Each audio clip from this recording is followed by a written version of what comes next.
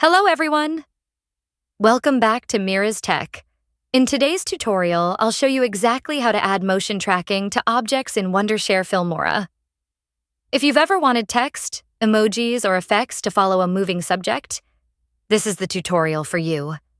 Let's dive right in. Open Filmora and create a new project.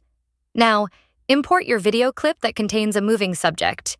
Just drag and drop it into the media library and then onto the timeline.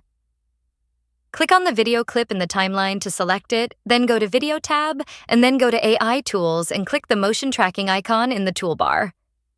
A tracking box will appear in Preview window.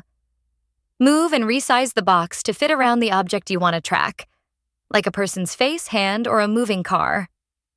Once you've positioned the box correctly, click Start Tracking.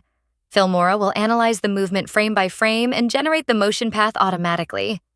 It only takes a few seconds. Now let's add something to follow that motion.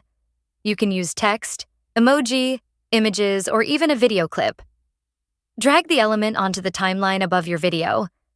Then, click on your original clip again and go back to the motion tracking panel. Under Choose an Object to Track With, select the layer you want to follow the movement.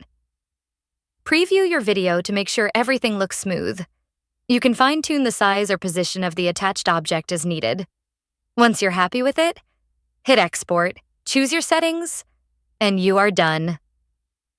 And that's how easy it is to use motion tracking in Filmora. If you found this tutorial helpful, don't forget to like, comment, and subscribe for more awesome editing tips. See you in the next video.